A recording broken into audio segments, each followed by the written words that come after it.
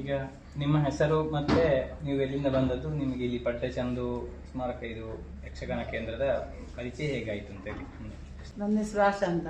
ನನ್ನ ಮಗಳು ಶ್ರಾವ್ಯ ಅಂತ ಇಲ್ಲಿ 3 ವರ್ಷದಿಂದ ನಂತರ ಯಕ್ಷಗಾನ ಕ್ಲಾಸ್ ಕಲಿತಾ ಇದ್ದಾಳೆ.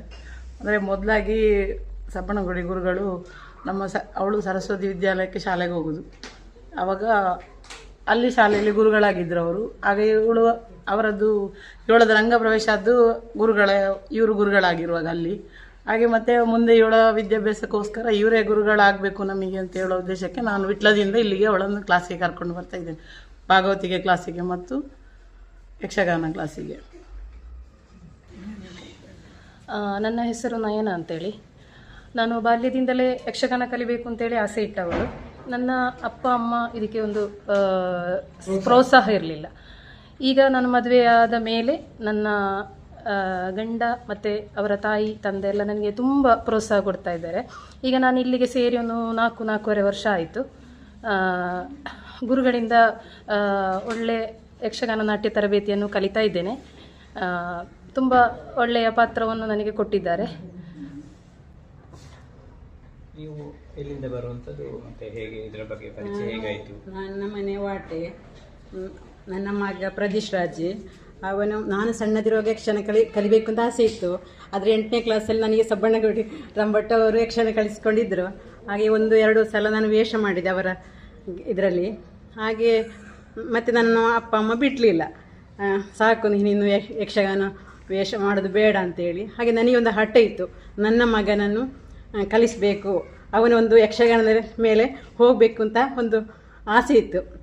ಹಾಗೆ ಅವನು ಇಲ್ಲಿ 8 ವರ್ಷ ಕಾಲ ನಾಟ್ಯ ತರಬೇತಿ ಕಲಿತ ನಮ್ಮ ಗುರುಗಳಿಂದ.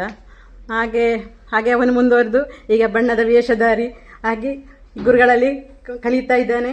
ಮತ್ತು ಮದ್ದಳೆ ಸಹ ಕಲಿತಾ ಇದ್ದಾನೆ. ಮತ್ತು ಮಗಳನ್ನು ಹಾಕಿದೆ, ಮಗಳು ಸಹ ಈಗ ನಾಟ್ಯ ಕಲಿತಾ ಇದ್ದಾಳೆ ನಮ್ಮ ಗುರುಗಳಿಂದ. ಮತ್ತು ಭಾಗವತಿಗೆ ಕಲಿತಾ ಇದ್ದಾಳೆ. ಭಾಗವತಿಗೆ ರಂಗಪ್ರವೇಶ ಆಗಿದೆ. ಹಾಗೆ ನನಗೆ ತುಂಬ ಹೆಮ್ಮೆ ಇದೆ. ನನ್ನ ಮಗ ಇಲ್ಲಿಗೆ ಬಂದ ನಂತರವೇ ತುಂಬ ಇಂಪ್ರೂವ್ ಸಹ ಆದ್ದು. ಇಷ್ಟೇ ನನ್ನ ಅಭಿಪ್ರಾಯ. ನನ್ನ ಹೆಸರು ವಿದ್ಯಶ್ರೀ, ಮನೆ ಬೇಂಗಪ್ಪದವರು. ತುಳುನಾಡಿನ ಗಂಡುಮೆಟ್ಟಿನ ಕಲೆ ಅಂತ ಪ್ರಚಾರವಾಗಿರುವ ಯಕ್ಷಗಾನ ನನಗೆ ಬಾಲ್ಯದಿಂದಲೇ ಯಕ್ಷಗಾನ ಕಲಿಬೇಕು ಅಂತ ಆಸಕ್ತಿ ಇತ್ತು. ಅಂದರೆ ತುಳುನಾಡಿನಲ್ಲಿ ಹುಟ್ಟಿ ಬೆಳೆದ ಪ್ರತಿಯೊಬ್ಬರಿಗೂ ಅಂತ ಒಂದು ಆಸಕ್ತಿ ಇರ್ತದೆ. ಯಾಕಂದರೆ ತುಳುನಾಡು ಮತ್ತು ಯಕ್ಷಗಾನಕ್ಕೆ ಅನ್ಯೋನ್ಯವಾದ ಒಂದು ಬಂಧ ಉಂಟು. ಹಾಗೆ ನಾನು ಸಹ ಒಬ್ಬಳು ತುಳುನಾಡಿನವಳಾಗಿ ನನಗೆ ಯಕ್ಷಗಾನ ಕಲಿಬೇಕು ಅಂತ ಆಸೆ ಇತ್ತು. ಮಾತ್ರ ಅದಕ್ಕೆ ಬೇಕಾದ ಅವಕಾಶಗಳು ಅಂದರೆ ಹಣ ಹೀಗೆ, ಮತ್ತು ಮನೆಯಲ್ಲಿ ಪರ್ಮಿಷನ್ ಕೊಡಲಿಲ್ಲ ಹೋಗಲಿಕ್ಕೆ. ಮತ್ತು ನಾನು 2 ವರ್ಷದ ಹಿಂದೆ ಆನ್ಲೈನಲ್ಲಿ ಯಕ್ಷಗಾನ ಕಲಿತಿದ್ದೆ, ಕಥೆಗಾರರು ಅಂತ ಹೇಳುವ ಬ್ಯಾಂಗ್ಳೂರಿನವರ ಸಂಸ್ಥೆಯಲ್ಲಿ. ಅದ ನಂತರ ಅಲ್ಲಿ ಸಹ ಹಣದ ಪ್ರಾಬ್ಲಮ್ ಆಗಿ ನಾನು ಅಲ್ಲಿ ಬಿಟ್ಟೆ ಕ್ಲಾಸ್. ಅದ ನಂತರ ನನ್ನ ಫ್ರೆಂಡಿನ ಮೂಲಕ ನನಗೆ ಇಲ್ಲಿಯದ್ದು ಉಚಿತ ಶಿಕ್ಷಣ ಉಂಟು ಅಂತೇಳಿ ತಿಳಿಯಿತು. ಹಾಗೆ ನಾನು ಇಲ್ಲಿಗೆ ಜಾಯ್ನ್ ಆದೆ. ಈಗ 1 ವರ್ಷ ಕಳೀತು ನಾನು ಇಲ್ಲಿ ಜಾಯ್ನ್ ಆಗಿ. ಗುರುಗಳ ಉತ್ತಮ ಪಾಠ, ಅದರಿಂದ ನನಗೆ ಕಾಲೇಜಿಗೆ ನಾನು MA ವಿದ್ಯಾರ್ಥಿ, ಕನ್ನಡ ವಿದ್ಯಾರ್ಥಿ, 2nd ಇಯರ್. ನಮಗೆ ಒಂದು ಸಬ್ಜೆಕ್ಟ್ ಯಾವುದಾದ್ರೂ ನಮ್ಮ ಇಷ್ಟ ವಿಷಯದ ಬಗ್ಗೆ ತೆಗೆದು ಪ್ರಾಜೆಕ್ಟ್ ಮಾಡಲಿಕ್ಕೆ. ಹಾಗೆ ನನಗೆ ಒಂದು ಆಲೋಚನೆ ಉಳಿಯಿತು, ನಮ್ಮ ಯಕ್ಷಗಾನದ ಬಗ್ಗೆ ಯಾಕೆ ಕಾಸರಗೋಡಿನಲ್ಲಿ ಇನ್ನಷ್ಟು ಹೆಚ್ಚು ಪ್ರಚಾರ ಕೊಡಬಾರ್ದು ಅಂತ. ಹಾಗೆ ಒಂದು ಆಲೋಚನೆ ಆಯಿತು. ಹಾಗೆ ನಮ್ಮ ಗುರುಗಳನ್ನು ಇಟ್ಟುಕೊಂಡು ಕಾಸರಗೋಡಿನಲ್ಲಿ ಯಕ್ಷಗಾನ ಬೆಳೆದು ಬಂದ ಬಗ್ಗೆ, ಮತ್ತು ಕಾಸರಗೋಡಿನಲ್ಲಿ ಏಕೈಕ ಸಾಂಸ್ಥಿಕ ಯಕ್ಷಗಾನ ಕೇಂದ್ರ ಅಂತೆ ಈ ಪಟ್ಟಚಂದು ಸ್ಮಾರಕ ಯಕ್ಷಗಾನ ಕೇಂದ್ರ, ಅದರ ಬಗ್ಗೆ ತಿಳಿದಷ್ಟು ಮಾಹಿತಿಗಳನ್ನು ಸಂಗ್ರಹಿಸಿ ನಾನೊಂದು ಕಾರ್ಯಯೋಜನೆಯನ್ನು ತಯಾರು ಮಾಡ್ತಾ ಇದ್ದೇನೆ. ಪೂರ್ಣ ಹಂತ ಆಗಲಿಲ್ಲ. ಹಾಗೆ ಶಾರದೆಯ ಆಶೀರ್ವಾದ ಮತ್ತು ಗುರುಗಳ ಸಪೋರ್ಟಿನಿಂದಾಗಿ ಕಾರ್ಯಯೋಜನೆಯು ಉತ್ತಮವಾಗಿ ಮೂಡಿ ಬಂದಿತ್ತು ಅಂತ ನನ್ನ ಅಭಿಪ್ರಾಯ. ಕೇಂದ್ರದಲ್ಲಿ ನೆಲೆಯಾಗಿರುವ ಶಾರದೆಗೆ ವಂದನೆ, ಮತ್ತೆ ಗುರುಗಳಿಗೂ ವಂದನೆ. ನಾವು ಪಾಣೂರಿಂದ ಬರುವುದು. 1-1.5 ಗಂಟೆ ಹೊತ್ತು ಬಸ್ಸಲ್ಲಿ ಬರಬೇಕು. 4 ವರ್ಷದಿಂದ ಇಲ್ಲಿಗೆ ಮಗ ಕಲೀಲಿಕ್ಕೆ ಬರ್ತಾ ಇದ್ದಾನೆ. ಮಗಳನ್ನು ಈಗ ಇತ್ತೀಚೆಗೆ 2 ತಿಂಗಳ ಮೊದಲು ಸೇರಿಸಿದೆ ಇಲ್ಲಿ ಕಲಿಕೆಗೆ. ಮಗನಿಗೆ ಮೊದಲು ಯಕ್ಷಗಾನ ಅಂತ ಹೇಳಿದ್ರೆ 1 ಮೈಲು ದೂರ ಹೊಡ್ತಾ ಇದ್ದ ಸಣ್ಣಗಿರುವಾಗ ಚಂಡೆ ಬೆಟ್ಟಗಳಾಗ. ಮತ್ತೆ ಅವನ ಇಂಟ್ರೆಸ್ಟ್ ಅಲ್ಲೇ ಬಂದದ್ದು. ಈಗ ಯಕ್ಷಗಾನ ಅಂದ್ರೆ ಜೀವ ಆಗಿದೆ. ಅದರಿಂದ ಒಳ್ಳೆ ಇಂಪ್ರೂವ್ಮೆಂಟ್.